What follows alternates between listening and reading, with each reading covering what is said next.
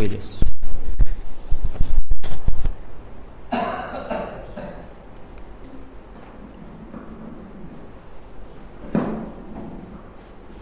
Assalamualaikum warahmatullahi wabarakatuh. Alhamdulillahi rabbil alamin, wassalatu wassalamu ala asyrafil mursalin wa ala alihi wa sahbihi wa barik wa sallim. Subhanaka la ilma lana illa ma 'allamtana innaka antal alimul hakim. Wa la hawla wa la quwwata illa billahil aliyyil azim. Terima kasih kepada Al-Fadhil Ustaz pengurusi majlis. Terima kasih kepada pihak Al-Baghdadi Negeri Selangor yang sudi untuk menjemput saya. Seterusnya ayah-ayah, ibu-ibu, tuan-tuan haji, puan-puan hajat, adik-adik yang sudi untuk hadir dalam majlis ilmu mengenai surah Al-Mulk pada pagi ini. Alhamdulillah, surah yang akan kita kenali pada hari ini bukanlah surah yang asing dalam kehidupan kita, kan?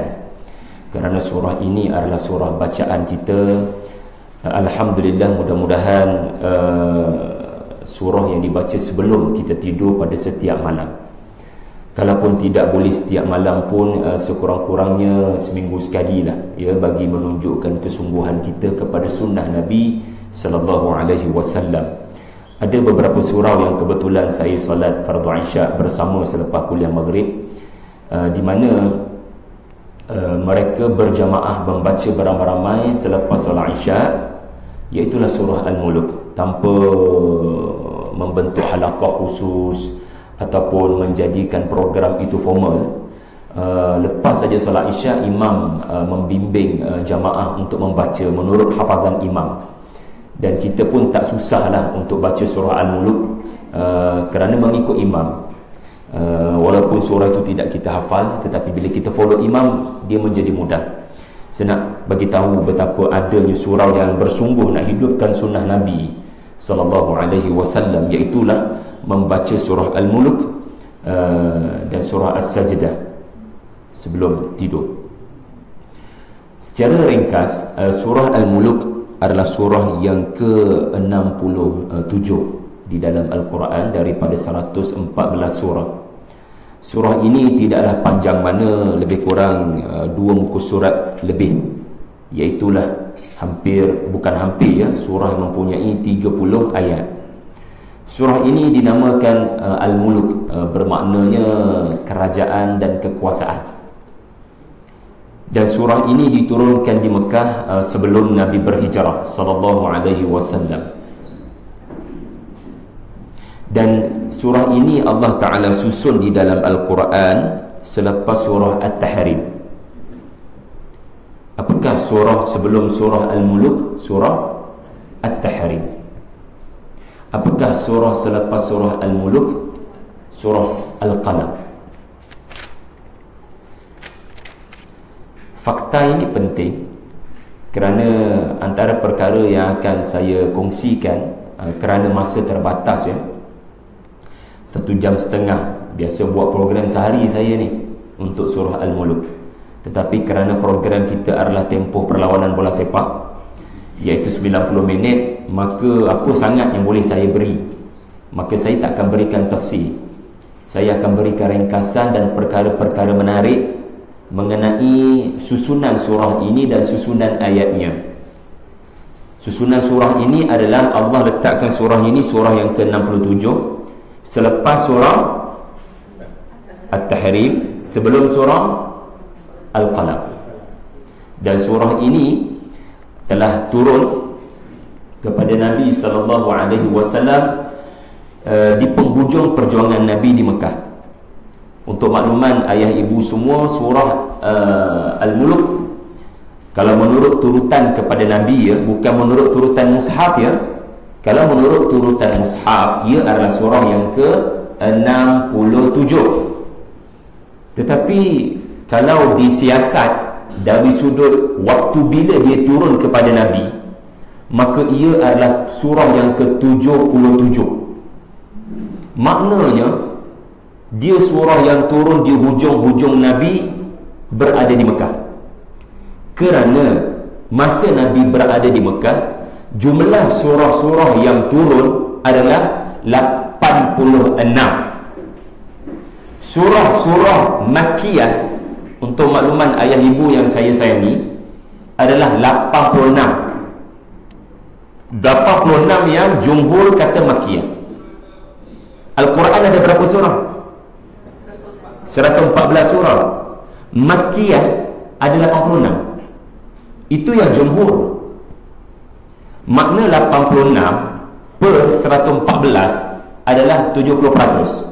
Al-Quran turun kat Mekah. 70% Al-Quran turun sebelum hijrah. Maknanya bila Nabi hijrah tu, Al-Quran dah 70% lengkap. Kerana Nabi lama kat Mekah ke dekat Madinah? Kat Mekah 13 tahun. Dan Nabi banyak susah kat mana? Banyak kesusahan Nabi hadapi di Mekah. Maka kerana banyaknya susahlah Nabi terima banyak surah. Susah dan surah tidak boleh dipisahkan. Kerana banyaknya susah, Nabi terima banyak surah. Kerana surah ni seperti oksigen. Bila susah itu kerap, Nabi sukar bernafas, maka seolah-olah surah yang turun adalah seperti oksigen, nak bantu Nabi dan para sahabat bernafas. Maka banyaknya surah turun di Mekah kerana nak beri motivasi seolah-olah oksigen kepada Nabi dan para sahabat. Jadi untuk makluman ayah ibu semua, surah ini bukan sekadar surah Makkiyah. Ayah-ayah boleh tak penuhkan ke depan? Kita bantu ibu-ibu yang rasanya agak ramai pada hari ini. Kita ke depan sikit supaya kaum ibu, kaum wanita bolehlah penuhkan di belakang bahagian kiri saya. Kita bantulah sebab rasa macam ramai di sini. Okey. Surah Al-Mulk adalah surah yang turun kepada Nabi SAW berdasarkan siasatan para ulama antara tahun ke-10 dan tahun ke-11 sebelum Nabi Isra' Mi'raj. Dan tahukah anda, pada waktu ini, pada tahun ke-10, tahun ke-11, Nabi berada dalam keadaan bagaimana? Kita bila baca Al-Quran, kalau boleh ambil tahu sedikit tentang situasi Nabi. Nabi umur berapa pada waktu tu dia terima surah? 40 plus 10 berapa? 50 tahun dah umur Nabi. Saya rasa ramai depan saya di umur 50. Kerana itu Nabi diturunkan Al-Quran, diturunkan surah Al-Mulk hampir lebih kurang tahun 50, tahun 51 usia Nabi. Sesiapa kata umur seperti ini sudah tidak ada kekuatan untuk terima beban wahyu? Umur ini adalah umur perjuangan Nabi SAW. Jadi pejuang-pejuang mereka ni kat depan saya ni, pejuang bangi mereka ni, pejuang Al-Quran. Umur begini bukan umur kita kata kita tak larat. Umur begini adalah umur Nabi menerima banyak Al-Quran, yakni surah. Jadi tahun ke-10, tahun yang ke-11, kepada yang mengetahui mengenai sirah, ia adalah tahun di mana Nabi mula memberi perhatian kepada orang-orang luar Mekah. Kerana orang dalam Mekah majoritinya bukan setakat benci Nabi, bahkan bercita-cita untuk bunuh Nabi. Jadi orang yang nak bunuh anda, buat apa anda beri perhatian? Anda nak mengajar anak murid, tapi anak murid tu dia bukan setakat maki hamun cikgu, tetapi sampai ke satu tahap mengatur konspirasi untuk membunuh cikgu. Buat apa mengajar lagi kelas macam tu? Tetapi Nabi diperintahkan Allah, sabar, jangan risau, aku akan jaga kau. Walaupun mereka mengatur untuk membunuh engkau takkan mati insya-Allah wahai Muhammad sallallahu alaihi wasallam. Kami akan jaga kamu. So walaupun mereka degil, jumlah mereka yang degil mungkin 99%, tetapi 1% kau tak tahu siapa yang beriman. Sebab tu aku nak kau stay Mekah lagi. Maka Nabi stay Mekah. Nabi tidak bercita-cita untuk meninggalkan Mekah. Cuma Nabi beri perhatian lebih kepada penduduk-penduduk luar Mekah seperti Taif. Dan Nabi sangat memberi perhatian kepada musim haji, kerana musim haji adalah musim orang luar datang ke Mekah. So Nabi sangat memberikan perhatian kerana mengharapkan mereka akan mendengar dan menerima Nabi. Ketika orang kampung Nabi sendiri tidak menerima dakwah ini, tak apalah, dia pun tak saya dengar, abang kecil dengan orang lain. Itulah lebih kurang gambaran perjuangan Nabi. Dan ada satu ayat dalam surah Al-Mulk ini yang menggambarkan betapa getirnya, betapa kritikalnya suasana Nabi ketika surah ini diturunkan. Ayat tersebut berbunyi, Bismillahirrahmanirrahim, Qul ara'aytum in ahlakani Allah wa man ma'iya aw rahimana faman yujirul kafirina min 'adzabin alim. Katakan wahai Muhammad kepada mereka, apa pendapatmu wahai kafir Quraisy, sekiranya aku dimusnahkan Allah atau aku diberikan rahmat, siapa yang boleh membebaskan kalian dari azab yang pedih? Ayat ini menunjukkan ahlakaniya. Nampak tak ayah ibu? Ahlakaniya. Ahlakani dalam Al-Quran bermakna mati yang sangat kejam. Kematian biasa itu disebut maut. Mati di medan perang disebut kutilah, mati terbunuh. Tetapi mati kat medan perang, jasad ada ke tak ada? Jasad boleh nampak ke tak nampak mayat? Boleh nampak mayat kan di medan tempur, so itu disebut kutilah. Tapi kalau mati biasa, mati yang bukan di medan perang, itu namanya maut. Tuan-tuan nak maut ke tuan-tuan nak kutil? Maut cukuplah, mati yang baik. Kita ni tak tahu berani ke tidak di medan perang. Sekarang semangatlah, tapi realiti belum tentu kan. Tetapi ada satu lagi peringkat mati, yang ni mati yang sangat kejam. Anda cari mayat tak jumpa, itu dia panggil halaka. Jadi Nabi berkata, "Hei Quraisy, kalau aku mati dengan kejam, tak nampak siapa yang bunuh aku, kerana mayatku sendiri tidak ditemui, mungkin kerana kamu sembunyikan, atau kematian yang sangat menyayat hati sampai tak nampak keadaan asal tubuh si mayat, itu dipanggil halaka." Jadi Nabi nak kata, oh, kalian bercita-cita untuk membunuh aku secara halaka. Baiklah, fikirkan sekejap dan beritahu saya, kalau saya mati halaka, ahlakaniyah, saya dan sahabat-sahabat saya mati, atau saya hidup, maknanya kamu tak boleh bunuh saya, kerana Allah berikan rahmat kepada saya. Rahimana artinya Allah beri rahmat di mana saya hidup. Kamu tidak mampu mengenakan apa-apa konspirasi tindakan ke atas saya. Soalannya adalah, mati ke tak mati kita orang, siapa nak selamatkan kamu daripada api neraka? Kamu menyangka dengan kami mati dibunuh, lalu tiada lagi orang yang mengancam kamu api neraka. Let's say kita orang mati, masih tak selesai masalah yang paling utama, iaitulah siapa akan selamatkan kamu. Kami datang untuk selamatkan kamu dengan memberitahu cara-cara untuk selamat daripada api neraka. Tapi kamu nak tengok kami ahlakaniyah, kamu nak tengok kami mati terbunuh. Still tak selesai masalah ini, iaitulah siapa nak selamatkan korang daripada api neraka. Poin saya adalah, dalam Quran ada ayat-ayat yang menunjukkan sirah. Sebab surah Makkiyah ni, tuan-tuan, susah nak jumpa asbabun nuzul kalau nak compare surah Madaniyah. Surah Madaniyah ni surah yang turun lepas Nabi hijrah. Banyak riwayat-riwayat asbabun nuzul. Banyak kitab menulis asbabun nuzul. Surah An-Nur, Aisyah radhiyallahu anha kena fitnah. Asbabun nuzul surah At-Tahrim, Hafsah radhiyallahu anha tidak senang dengan Nabi minum madu di rumah Zainab. Asbabun nuzul surah Al-Mumtahanah adalah sahabat Nabi menulis surat kepada penduduk Makkah. Asbabun nuzul surah Al-Mujadalah, di mana Khawlah meminta hukum zihar daripada Nabi SAW. Surah-surah Madaniyah ni tak banyak pun, lebih kurang 114 tolak 86 lah, tak banyak mana.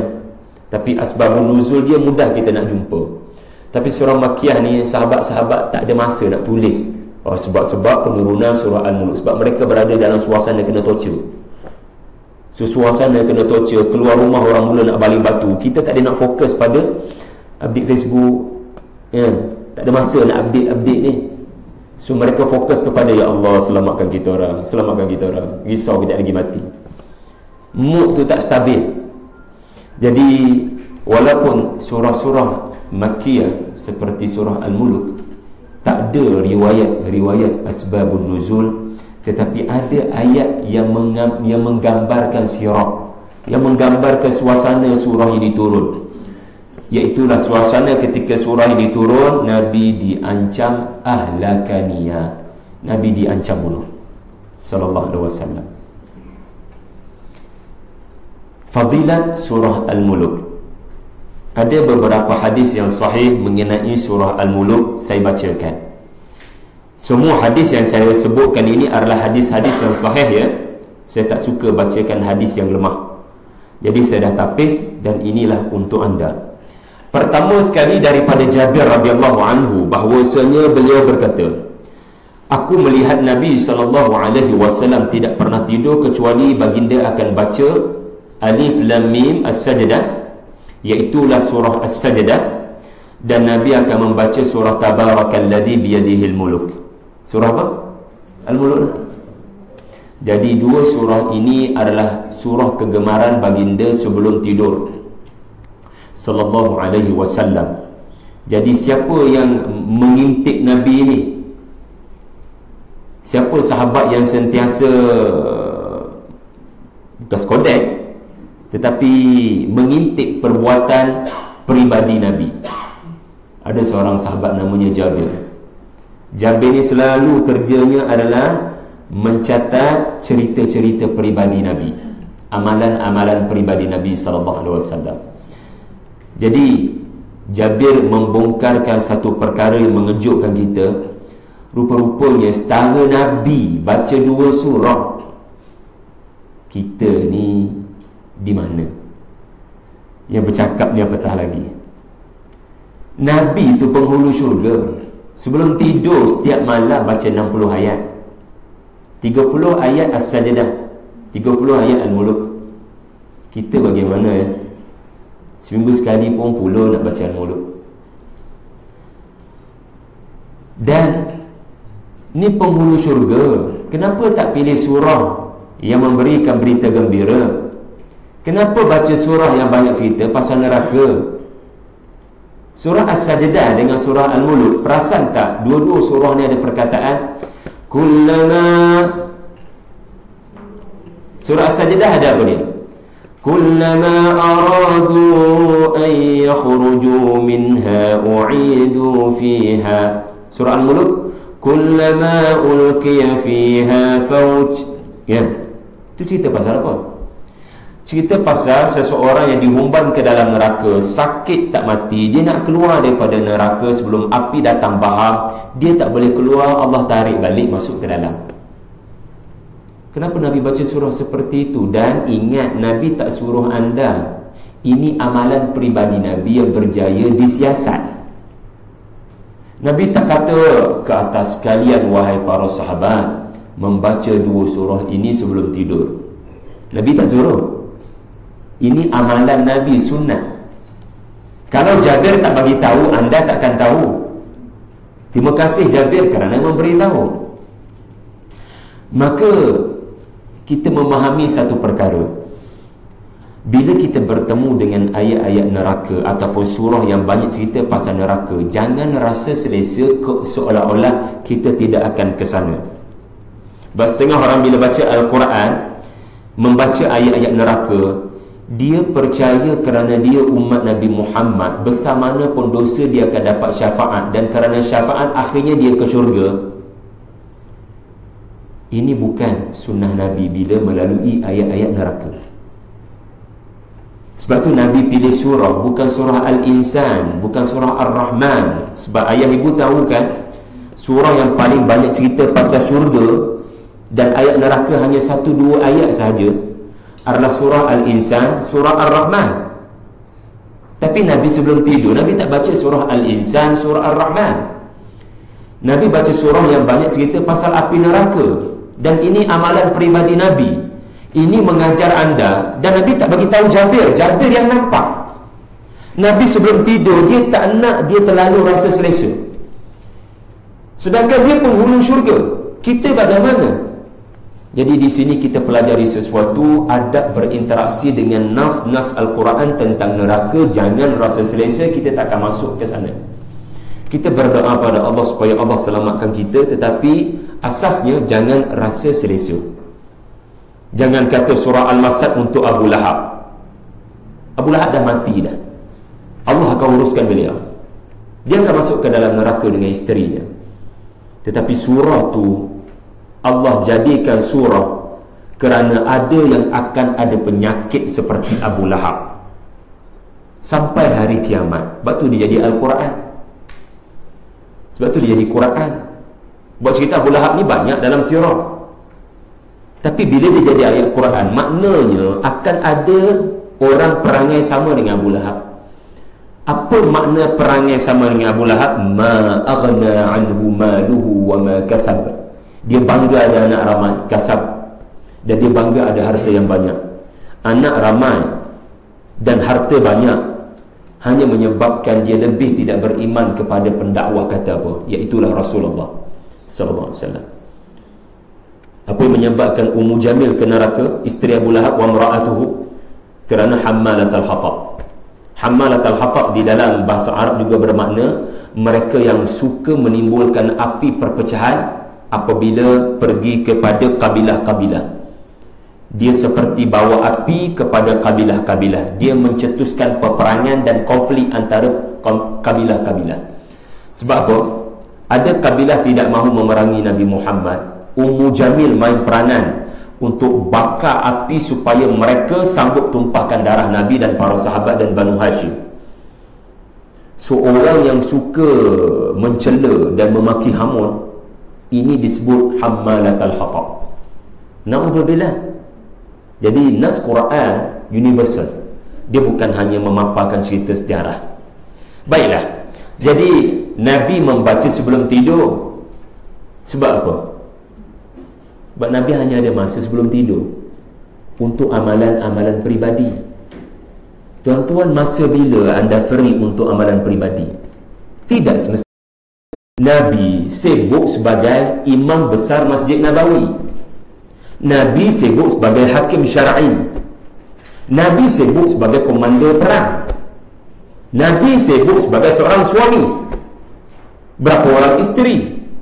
Nabi sibuk sebagai seorang ayah. Berapa orang anak perempuan? Nabi sangat sibuk.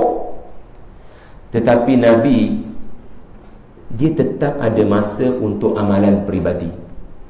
Dan masa yang Nabi ada, waktu bila lagi kalau menjelang tidur? Yang tu je masa Nabi free. Selebihnya masa Nabi untuk umat. Jadi tuan-tuan, masa free anda bukanlah bermakna sebelum tidur saja. Sebab kita semua ni kebanyakan mungkin dah bersara kan, banyak sikit masa lapang. So setiap hari carilah masa lapang. Dia betul tajwidnya, cantik taranumnya. Baca bagi orang sahabat Nabi sampai tahap menangis. Kita tak faham macam mana mereka dulu baca. Orang bahasa Arab, mereka orang Arab. Jadi cabaran kita adalah kita tak faham bahasa Arab, maka kita setakat baca dan bangga dengan bacaan. Bacaan yang betul, kita duk bangga dengan bacaan yang cantik. Tetapi faham tak faham, kita tak ambil berat. Jadi dahulu para sahabat mereka membaca dalam arti kata memahami dan menangis, ya, kerana mereka melakukan tadabbur. Tadabbur maknanya memahami dengan mendalam. Kemudian hadis yang seterusnya daripada Nabi SAW melalui rekod Abu Hurairah, Nabi bersabda, sesungguhnya dalam Al-Quran ada satu surah yang hanya 30 ayat. Perhatikan Nabi psycho anda. Nabi psycho maknanya 30 ayat je pun. Nak bagi alasan apa? Aku tak suruh kau baca Al-Baqarah. Aku nak kau baca 30 ayat je pun. Dalam Quran ada satu surah sahabat dengan seseorang, sehinggalah anda kenal karakter dia, perangai dia, kebaikan dia, tidur sekali, makan sekali, kan? Dan anda boleh minta tolong daripada dia, betul tak? Jadi tak semua yang baca akan Allah beri syafaat dengan surah Al-Muluk. Dia kena baca sampai tahap kerap dan sampai tahap menjalin persahabatan. Maknanya surah Al-Muluk ni boleh cam, dia ni memang sahabat aku ni, dia tak pernah tinggal aku. Waktu pagi dia baca 5 ayat, lepas zuhur dia baca 5 ayat. Solat fardu ada berapa kali? 5 kali. Jadi bahagi-bahagilah, setiap kali solat fardu 6 ayat, 6 ayat, 6 ayat, selesai 30 ayat. Dia tak pernah tinggalkan aku setiap hari. Maka aku takkan tinggalkan dia pada hari kiamat. Maka Rasulullah bersabda, Allah akan jadikan pembaca yang rapat dengan surah Al-Muluk. Surah Al-Muluk nanti di hari akhirat akan menjadi peguam bela dia. Ya Allah, fulan bin fulan menurut hisabmu akan menempuh bahaya namanya neraka, tetapi saya ingin mempertahankan fulan bin fulan daripada umat Muhammad ini. Walaupun dia penuh dengan dosa dan maksiat, tetapi dia tidak pernah meninggalkan aku, wahai Allah. Dia membacaku dengan penuh keikhlasan. Maka ya Allah, maka surah Al-Muluk akan debate, akan membahaskan supaya ya Allah berikan rahmat kepadanya. Tuan-tuan, benda-benda gaib ni anda jangan dengar kecuali daripada Nabi. Hanya Nabi sahaja yang berautoriti dan bertauliah untuk menyampaikan berita-berita gaib. Nabi SAW adalah duta daripada alam gaib. Sebab bila anda baca surah-surah dalam Al-Quran, anda akan temui ramai orang kata surah ni ada fadilat itu, fadilat ini. Betul tak? Ada orang kata ayat tu ada fadilat ini, fadilat itu. Ada orang kata surah ni fadilat itu, fadilat ini. Tanya balik daripada mana kamu dapat fadilat ni? Siapa yang bagi tahu fadilat ni? Sebab fadilat ni, siapa baca surah ini akan dapat ganjaran ini. Siapa baca surah Al-Baqarah, nanti surah Al-Baqarah akan datang dalam bentuk kawan-kawan burung, iaitulah sekelompok burung datang untuk melindungi seseorang daripada terlalu panas di padang mahsyar. Anda tanya balik, siapa yang bagi tahu berita ini? Ini berita pasal gaib, berita pasal alam mahsyar. Kita manusia tak tahu apa-apa kecuali Rasul. Lalu anda akan dapat tahu rupanya hadis ini hadis yang sahih, iaitu burung-burung akan datang menaungi sesiapa yang membaca suratul Baqarah. Hadis yang ketiga adalah Nabi bersabda, kata Anas bin Malik, ada satu surah di dalam Al-Quran, ia tidak lain tidak bukan 30 ayat sahaja. Tengok Nabi saiku anda lagi, 30 ayat je pun aku nak tolong kamu. Aku nak tolong kamu, mana boleh tolong free-free macam tu. Dia aku nak tengok ikhtiar daripada pihak engkau. Aku nak tengok kau tu bersungguh. Aku akan tolong orang yang bersungguh. Ini baca sahabat. Kalau nyawa dah sampai sini, sudah tidak diterima. Tapi kalau nyawa baru stampas setakat betis, setakat peha. Sebab anda tahu kan nyawa ni bila ditarik, dia mula daripada kaki. Itu dia panggil nazak. Masa tu taubat masih diterima. Alhamdulillah. Ini belas kasihan Allah. Tapi kalau nyawa dah sampai sini, itu bahaya dah. Dia sama dengan orang bertaubat matahari terbit daripada barat. Dia sudah tidak diterima. Hadis yang keempat bukan kata-kata Nabi SAW, tetapi kata-kata Ibnu Mas'ud radhiyallahu anhu, tetapi dianggap mauquf. Maknanya Nabi setuju. Kalau salah, Nabi akan kata salah. Jadi Ibnu Mas'ud antara sahabat besar Nabi yang mentafsirkan Al-Quran, beliau berkata, ini adalah surah yang akan mencegah seseorang daripada azab kubur. Allahu Akbar. Ini athar Ibnu Mas'ud radhiyallahu anhu yang telah dipersetujui oleh Nabi sallallahu alaihi wasallam. So jangan main-main dengan kekuatan surah ini. Dia boleh mencegah seseorang daripada azab kubur. Untuk mereka yang sentiasa membaca surah ini, alhamdulillah, selesai. Jadi saya harap dengan fadilat-fadilat ini tuan-tuan akan semangat untuk membaca surah Al-Muluk. Jadi kita boleh tangguh majlis dah, alhamdulillah. Boleh balik belakang dah, tak ada apa dah. Itu je tujuan saya datang.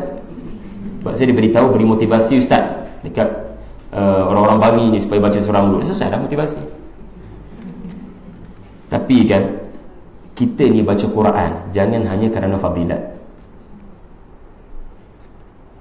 Ni masalah orang Melayu ni. Dia suka baca Quran bila dapat tahu fadilat.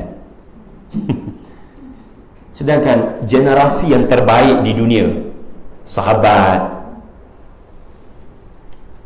surah Al-Mulk turun kat Mekah, Nabi tak bagi tahu apa-apa pun lagi. Oh, surah ni bacalah, ada kelebihan-kelebihan itu dah. Nabi mengajar mereka surah Al-Mulk dan mereka beramal dengan surah Al-Mulk tanpa mengetahui fadilat. Sebab fadilat ni semua Nabi bacakan selepas Nabi berada di Madinah. Suasana dah selesa sedikit dan para sahabat mulai diuji dengan kekuasaan negara Madinah. So bila ada kekuasaan dan kemenangan, hati mudah lalai. Maka Nabi peringatkan, jangan terlalu lalai, ingatkan dirimu dengan Al-Quran. Dan antara cara Nabi motivate adalah dengan Nabi diberitakan dengan berita-berita mengenai akhirat. So Nabi motivate dengan hadis-hadis tadi. Jadi sebaik-baik cara berinteraksi dengan Al-Quran adalah faktor dari dalam, bukan faktor dari luar sahaja. Faktor dari luar ni maksudnya kalau anak pergi sekolah tu, kenapa dia baik? Sebab peraturan sekolah agama. Dia jadi baik kan? Ya. Dia jadi baik sebab warden selalu duduk perhati kat dia, ustaz-ustaz duduk selalu perhati kat dia. Kenapa dia tak buat jahat? Sekolah agama ada title, logo sekolah agama. Tapi belum tentu lepas dia keluar daripada sekolah agama ni, dia belajar di Jerman ke, dia belajar di UK ke, orang tahfiz akan terus kekal istiqamah. Belum tentu. Bahkan boleh jadi ketika tak tahu perkembangan, mak ayah tak nampak, boleh jadi na'udzubillah, yang dulu belajar kat tahfiz boleh buat maksiat di luar negara. Sebab dahulu dia hanya melakukan kerana faktor luaran. Faktor dari dalam tak ada. So dia terpaksa dan berlakon sahaja. Jadi sebaik-baik faktor adalah saya membaca surah Al-Mulk sebab saya nak faham apa isi kandungannya. Fadilat pun saya dapat, alhamdulillah. Tetapi berapa banyak Al-Quran tak ada fadilat. Surah-surah dalam Quran berapa banyak Rasulullah tak sebut fadilat, habis tu tak payah baca. Jangan begitu. Jadi Nabi nak beri benteng terakhir je ni. Nabi nak bagi cara terakhir nak selamatkan kamu di hari akhirat. Baiklah, surah Al-Mulk ada beberapa perkara yang menarik di dalam surah ini secara ringkas. Dan saya bahagikan surah ini kepada 8 bahagian. Okey. Saya bahagikan surah ini kepada 8 bahagian. Okey. Bahagian yang pertama adalah ayat 1 hingga ayat 2. Allah menceritakan, Azza wa Jalla menceritakan mengenai kekuasaan Allah. Kekuasaan Allah iaitulah Allah mematikan dan menghidupkan. Okey, bagi jelas yang tu je dulu. Antara tanda-tanda kekuasaan Allah adalah dia boleh mematikan anda bila-bila masa, dan dia menghidupkan anda lepas anda mati di alam barzakh. Bismillahirrahmanirrahim. Tabarakalladzi biyadihil mulku wa huwa ala kulli syai'in qadir. Maha berkat Allah yang menguasai kerajaan, segala kerajaan. Dia maha berkuasa ke atas segala sesuatu. Apa antara kekuasaan Allah ke atas segala sesuatu? Sebab dia memperkenalkan dirinya sebagai Maliki Yaumiddin, Raja. Dan segala kerajaan yang ada di atas muka bumi adalah sedikit daripada anugerah daripada kerajaanku. Apa yang Allah Ta'ala beri kepada Nabi Sulaiman, kepada Nabi Daud, kepada Zulkarnain, kepada Talut, ini hanyalah sekelumit daripada kekuasaan aku. Dan tahniah, ini adalah mereka yang lulus dalam ujian kekuasaan. Mereka semakin taat kepada Allah bila aku besarkan kerajaan mereka, Daud dan Sulaiman. Tetapi ada orang aku beri kekuasaan, mereka gagal dalam ujian ini. Namrud, Fir'aun, Daqyanus, Qarun. Maka lihat kesudahan mereka. Bila makin aku tambah harta dan kekuasaan, Mereka makin lawan Rasul yang aku utuskan. Lihat kesudahan mereka. Antara kekuasaanku adalah alladzi khalaqal mauta wal hayata liyabluwakum ayyukum ahsanu amala wa huwal azizul ghafur. Dialah yang menciptakan 7 petala langit bertingkat-tingkat. Tuan-tuan nampak tak? Tak payah 7 petala langit. Langit dunia pun tuan-tuan tak nampak. Yang kita nampak hanyalah apa antara langit dunia dengan dunia. Langit dunia itu sendiri kita tak nampak.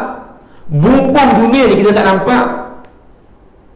Jadi ayat kedua ni nak menunjukkan hebat setara mana sangat kamu punya pengetahuan, wahai manusia.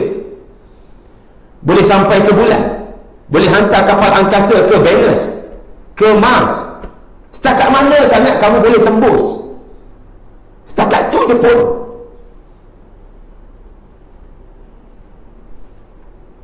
Kekuatanku, kekuasaanku adalah untuk makluman kamu, atas kepala kamu ada 7 tingkat. Siapa pernah lalu 7 tingkat ni? Ada orang bangga pernah sampai? Yang hanya pernah sampai adalah Rasulullah SAW dalam peristiwa Mi'raj. Surah ni bagi hint.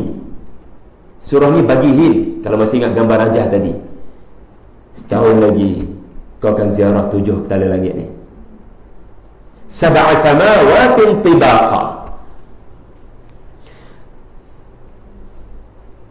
Itu ayat ketiga, minta maaf, lupa. Itu ayat ketiga. Ayat kedua adalah Allah alladhi khalaqal maut. Dia menciptakan kematian. Anda semua bermula daripada kematian, daripada tiada kepada ada. Allah bermula, permulaan Allah adalah tiada permulaan. Macam mana tu? Sebab dia Tuhan. Permulaan kita adalah daripada tiada kepada ada. Maha suci Allah. Daripada bermula daripada tiada. Alam bermula daripada tiada. Allah kekal ada tanpa didahului oleh kematian. Dialah yang menciptakan mati dan hidup. Kenapa Allah mention mati dulu baru hidup? Kerana surah ini turun untuk beri ancaman kepada mereka yang tak percaya lepas mati ada hidup balik. Jadi Allah Ta'ala kata Dia yang menciptakan mati, sebab tak ada orang akan mendustakan kematian. Mana ada kematian? Kematian tak berlaku. Ini orang gila. Sebab kematian adalah sesuatu yang pasti akan berlaku. Kalau tak percaya akhirat tu, itu biasalah, kurang. Orang gila lah. Sebab depan mata berlaku kematian. Nak dusta kat mana? Jadi Allah Ta'ala ancam, kamu belagak sombong, wahai Quraisy, aku beri al-muluk, aku beri kekuasaan sikit, kau dah nak lawan dan nak bunuh Nabi SAW.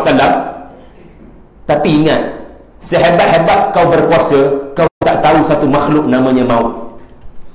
Malakul maut boleh datang kepada kamu. Qul yatawaffakum malakul maut, surah As-Sajdah. Betul Nabi baca surah. Siapa yang akan masuk syurga Firdaus? Al-Kazimin al-Ghais, yang tahan marah lalu dia memaafkan. Yang tahan marah lalu dia boleh untuk menerima permohonan maaf.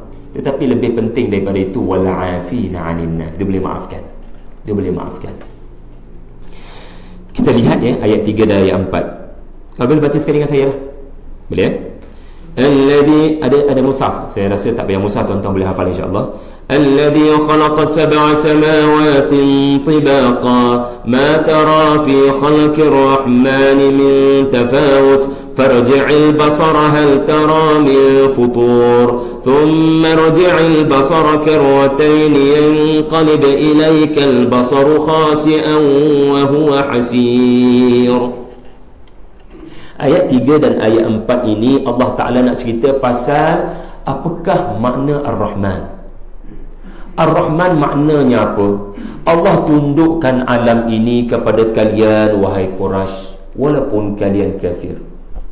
Tuan-tuan tahu kan beza Ar-Rahman dengan Ar-Rahim? Ar-Rahim adalah kasih sayang Allah hanya untuk orang beriman, iaitulah keselamatan di akhirat. Tetapi Ar-Rahman adalah kasih sayang Allah kepada semua manusia walaupun kafir di dunia.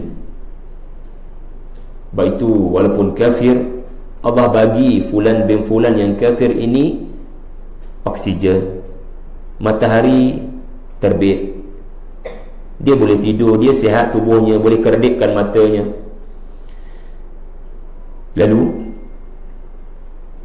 Allah Ta'ala kata perhati ke langit, perhati ke langit. Ini ayat 3. Tengok ke langit. Langit tu sebenarnya sensitif bila ada orang syirik. Langit ni makhluk tuan-tuan, dia makhluk hidup. Cuma anda tak ada pengalaman bertemu dengan langit. Langit ni dia sangat sensitif bila ada orang sembah berhala. Dan langit ni bila dia dapati ada orang sembah berhala, dia minta izin Allah untuk jatuh menghempas orang yang menyembah berhala. Ya Allah, benarkan aku jatuhkan satu kepingan diriku untuk menghempas mereka yang sanggup menyembah berhala, tidak menyembah Allah. Izinkan satu bahagian daripada bahagianku ini jatuh ke atas mereka. Wahai Allah, benarkan aku. Allah benarkan ke tidak? Tak.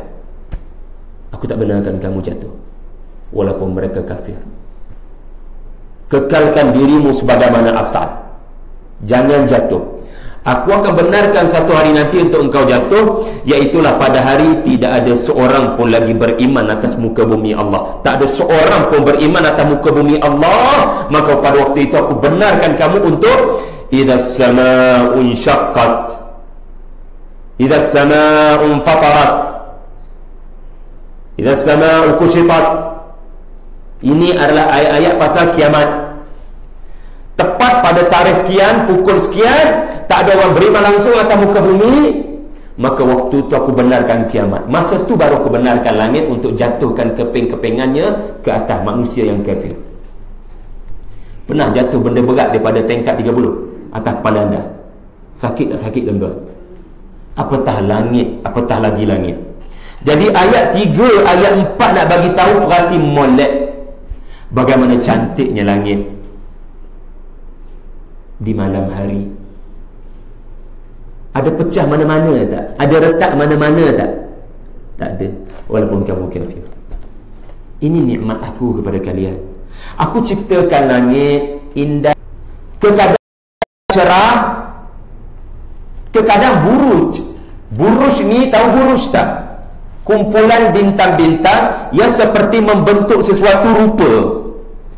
Lalu dengan petunjuk bintang, mereka berjalan ke utara, ke selatan, dan mereka tahu nak patah balik esok hari nanti. Itu waste dia orang. Tapi Allah Ta'ala kata, sampai hati kamu, jadikan buruj bintang makhluk aku sebagai petunjuk perjalanan kamu di malam hari. Tetapi bintang-bintang itu sendiri tidak menyebabkan kamu cari aku yang cipta bintang. Sampai hati kamu tidak hargai Al-Quran yang diturunkan kepada Nabi aku, yang memberi petunjuk kepada kamu dalam kegelapan. Kegelapannya ada dua. Satu kegelapan fizikal, malam. Satu kegelapan metafizikal, kegelapan hati. Betul Allah bersumpah dengan buruj, dan di akhir Allah sebut Quran, surah Al-Buruj. Was-samaa'i dzatil buruj. Hujungnya itu bal huwa Qur'anun majid fi lawhin mahfuz. Maknanya apa? Kau ambil petunjuk daripada bintang yang aku cipta. Kau tak ambil petunjuk daripada bintang yang aku turunkan kepada Rasulullah. Al-Quran cahaya. Bintang tu cahaya. Allah pun umum Al-Quran sebagai cahaya. Sampai hati kamu double standard. Jadi aku tak nak cakap dengan kamu dah, aku cakap dengan Rasulullah sahaja. Betul ada perasaan ayat 3, ayat 4? Tara. Anda perasan tak ayat 4? Irji'. Maknanya kamu perhati langit. Kamu tengok kali pertama, tengok kali kedua. Ayat 3, ayat 4 kamu ke kurang? Kalau anda baca elok-elok, ma tara, Nabi Muhammad. Bukan ma tarawna, seolah-olah aku dah tak nak bercakap dengan Quraisy. Sebab setiap kali aku suruh renung ke langit, mereka tak pernah ambil tahu, dah tak pernah melakukannya. Biar aku kecek dengan cikgu sahajalah, cikgu yang mengajar tu. Jadi subhanallah, tuan-tuan nampak ya, Ar-Rahman melalui penciptaan yang sempurna di langit dan di bumi. Demikianlah bahagian yang kedua. Kemudian bahagian yang ketiga, kita ada lebih kurang setengah jam lagi ya, saya kena laju sikit lah, adalah ayat 5 hingga ayat 7. Sebab apa? Bahagian yang ketiga ini adalah Allah Ta'ala memberitahu perkara yang tak nampak. Tadi Allah umumkan 7 petala langit. Nampak ke tak nampak tuan-tuan 7 petala langit ni? Tak nampak. Neraka nampak tak? Jadi Allah sebut di bahagian yang ketiga perkara yang anda tak nampak.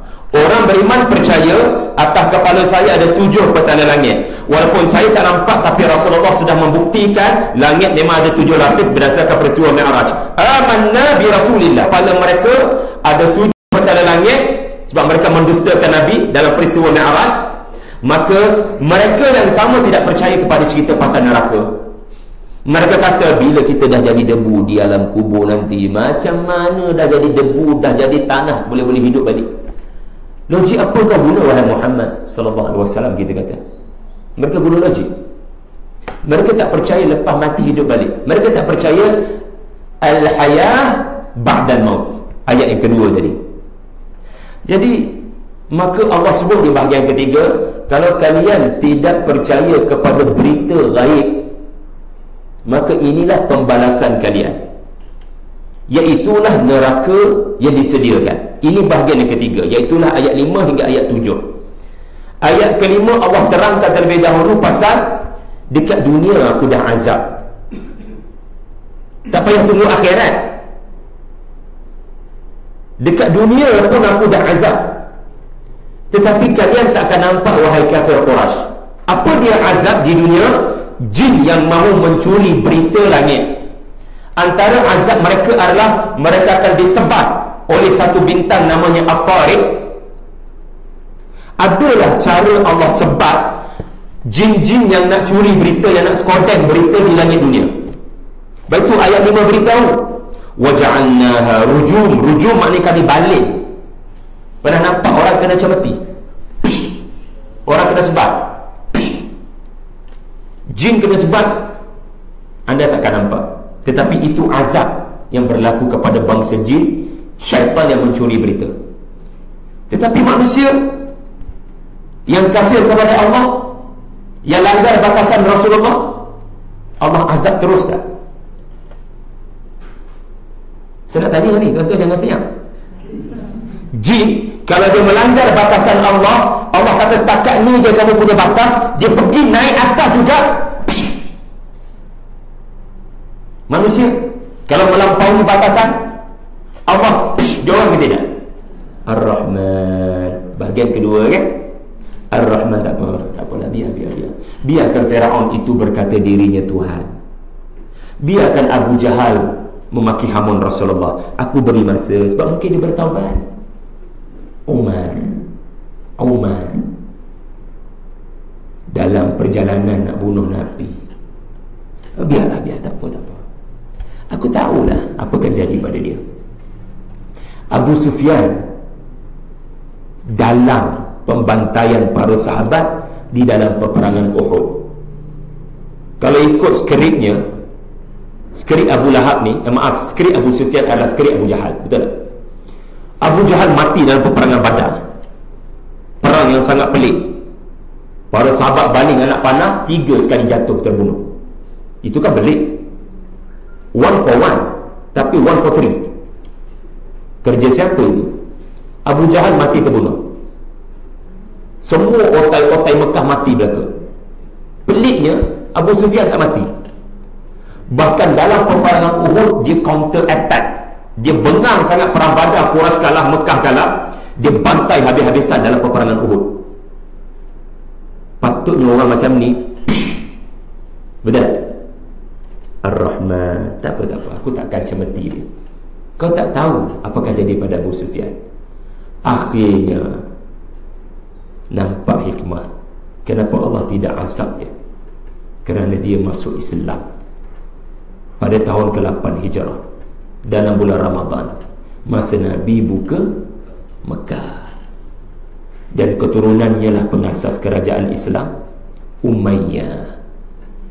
Bukan calon-calon orang, kerana anaknya juga adalah Muawiyah, penulis wahyu Rasulullah sallallahu alaihi wasallam. Jadi nampak kan? Subhanallah. Kemudian bahagian yang keempat, saya tak boleh pergi detail pada ayat, nanti jadi tafsir. Betul, saya kena bataskan diri saya, just sebut bahagian-bahagian. Walaupun saya meronta-ronta nak terangkan tafsir. Ya Allah, aku tak boleh lalu macam ni. Dia macam makanan sedap tapi just ambil bau. Dia tak boleh, tuan-tuan. Sebagai contoh, tuan-tuan, apa yang saya tak huraikan pada anda? Futur, apa makna futur? Saya tak huraikan pada anda futur. Tafawut, saya tak huraikan. Dalam bacaan, dalam ilmu qiraat, Rasulullah juga baca tafawut. So jangan marah imam bila imam baca tafawut.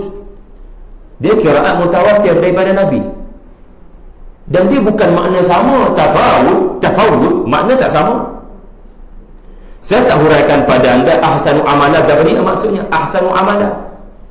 Setengah orang faham sebaik-baik amalan. Oh, makna kena bersaing dengan orang. Tak. Saya tak terangkan pada anda khasian. Saya tak terangkan pada anda hasir. Walaupun saya nak terangkan kalau boleh. Tapi saya rasa bagi selesai dulu surah Al-Mulk sampai ayat 30. Dan kita tapis sudah, siapa nak stay 45. Saya tak ada stay lah, tuan-tuan stay lah sini. InsyaAllah lah Satizah akan mengajar surah Al-Mulk. Okey, bahagian yang keempat, Allah detailkan mengenai neraka, iaitulah ucapan ahli neraka.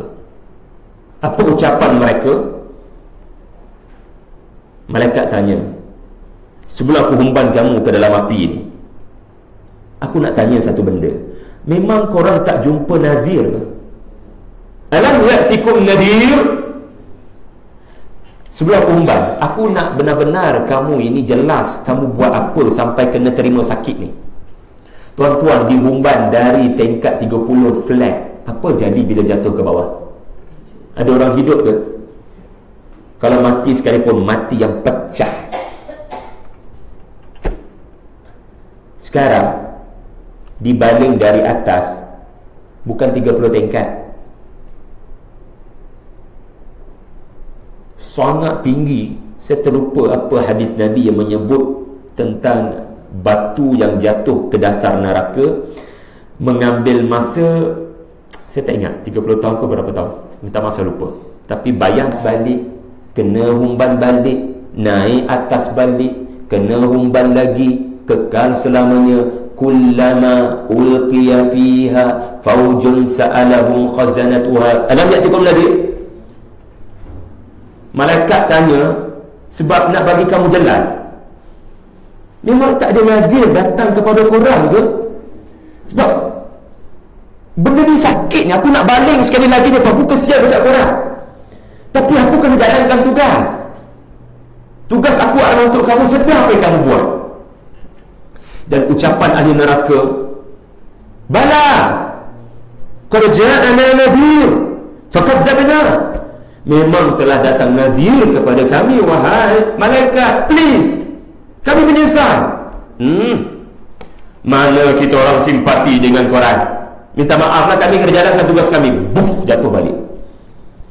So pertanyaan malaikat bukan kerana simpati. Pertanyaan malaikat adalah bagi mereka sedar diri. Jadi tuan-tuan, nazir tu apa? Bukan nazir masjid.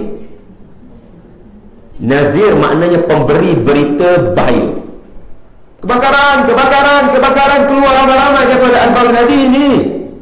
Yang datang tu adalah seorang yang beruniform bomber.